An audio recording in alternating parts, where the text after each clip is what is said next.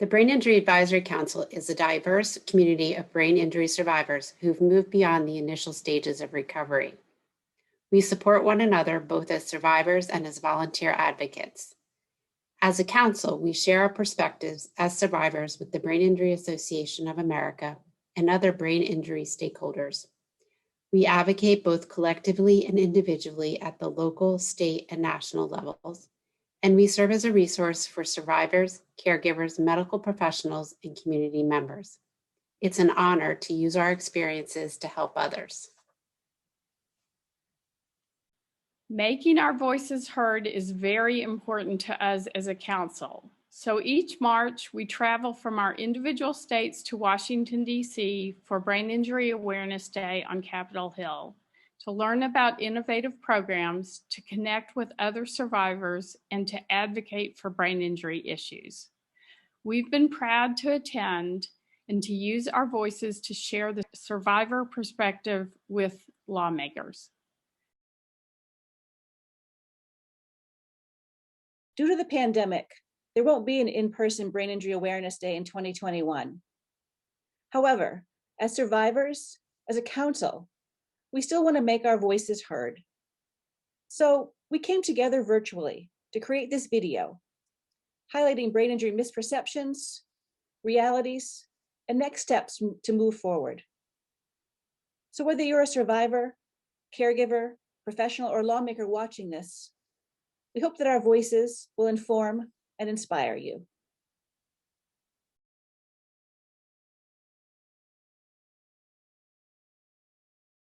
How many of you have seen a movie involving a character who's had a head or brain injury, and the doctor comes in and says, "Oh, just get some rest for 2 weeks and you'll be fine"? Sounds easy, doesn't it? Well, I can bet that every single person on this panel can tell you it's not that easy. Healing is a long-term process. It is not a one-time thing. Brain injuries are complex. And as the saying goes, when you've seen one brain injury, you've seen one brain injury. And no two are alike. And the same goes for the healing. No two healings are exactly alike. No two things are going to work for one person, because for more than one person, because they're just so different. When the brain is injured, a lot of processes within the brain have to be rewired and reworked, and it takes a long time. Some things come back very quickly. Sometimes memory comes back quickly. Sometimes physical injuries come back quickly, and other times they don't, and they may not show up for a long time. A person may look like they're okay, but they're not. Healing and getting over a brain injury is a long-term process that does not end.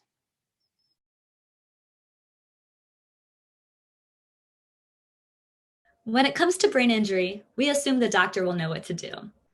We assume we'll get to the emergency room and our concussion or other type of brain injury won't be overlooked.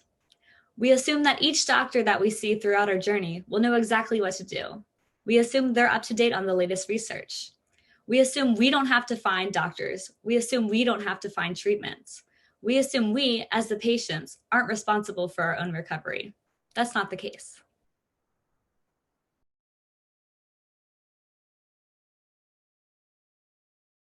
As I was going through rehabilitation and my recovery, I was told so many times, it's going to take 2 years, Paul. And at my 2-year mark, that's when my seizures started. That's when my migraines came back to huge cluster headaches.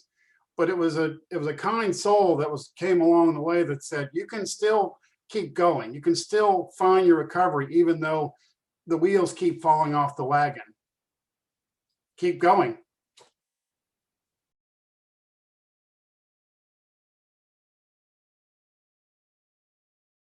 The reality is that brain injury is often invisible. And that makes it difficult for some people to believe that our brain injury challenges, they are real, they're significant, and they are ongoing. One response that most brain injury survivors have heard when we try to explain our challenges is, "But you look great." And that discounts our experience. It minimizes our losses. All 6 of us in this video, we look great, we look normal, yet each one of us have had our lives changed forever by brain injury, whether it's mild, moderate, or severe. Each one of us cope with daily challenges that impact our ability to function in the world, to take care of ourselves, to work, to interact with family and friends.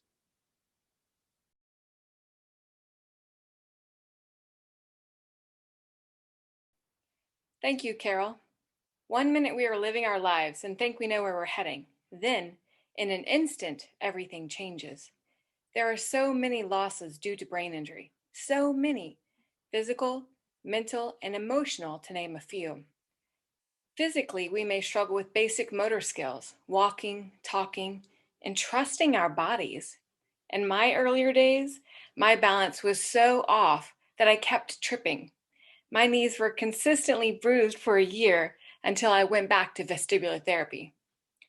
Mentally, many of us live with difficult challenges, including memory. I rely on my iPhone to remind me of things, concentration, attention, and another I really struggle with is neurofatigue, which is extreme mental and physical exhaustion. Possibly the biggest loss we experience is losing the sense of ourselves. Although it may feel like brain injury has robbed us of who we are, it is important to know that we are still ourselves, just maybe new versions.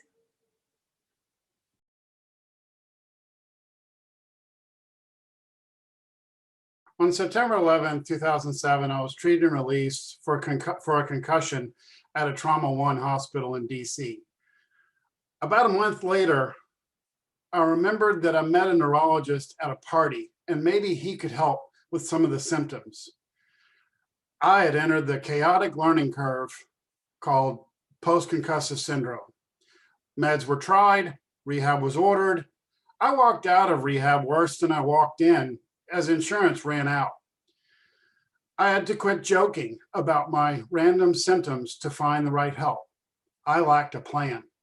Functional deficits constrained my efforts to remember what I had just learned. Friends cared enough to chip in to send me links to articles and videos so I could try and understand what I was dealing with, because I wasn't getting the support that I needed. I was able to find one website that could at least educate me that I'm not alone. Boy, I'm really grateful for that website.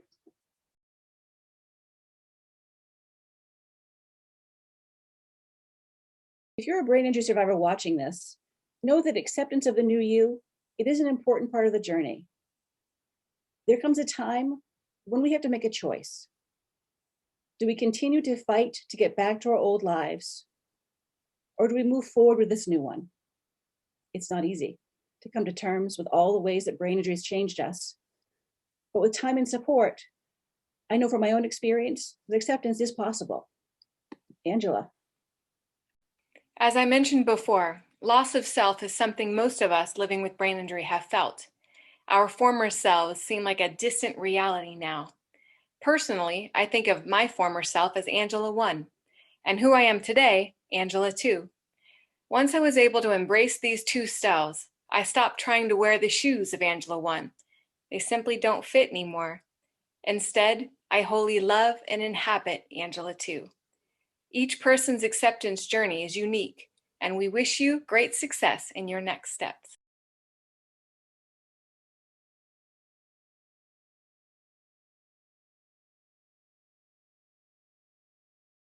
Support for brain trauma is lacking. The support I was able to get early on told me to wait for things to improve. That didn't work.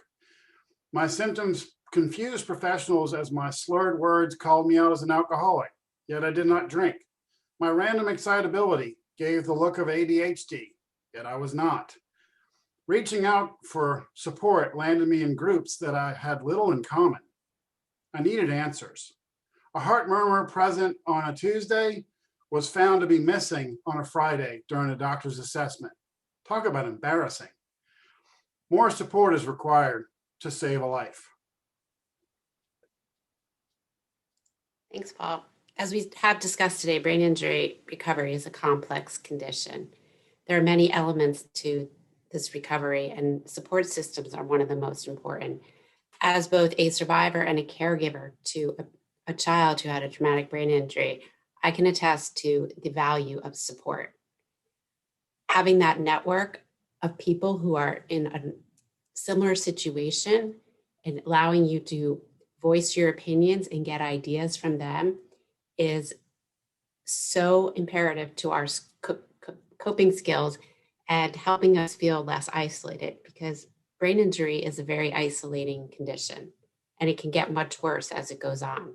So I think I speak for all of us when I say our supports are one of the most important aspects of our continued recoveries.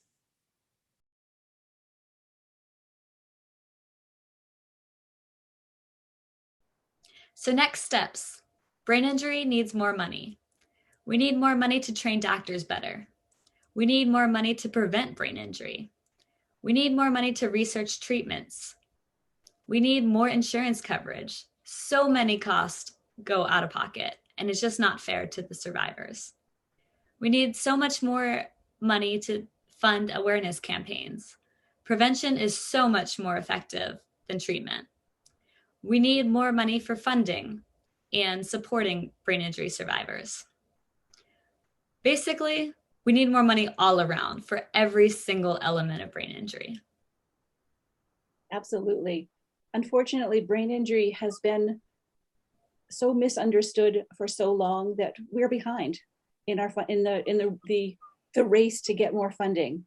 And so we really hope that by increasing awareness, that the funding eventually catches up to the need, because there are millions of us out there that are living with brain trauma. It is a rapidly increasing injury that so many people are affected by, that does require more money to better understand.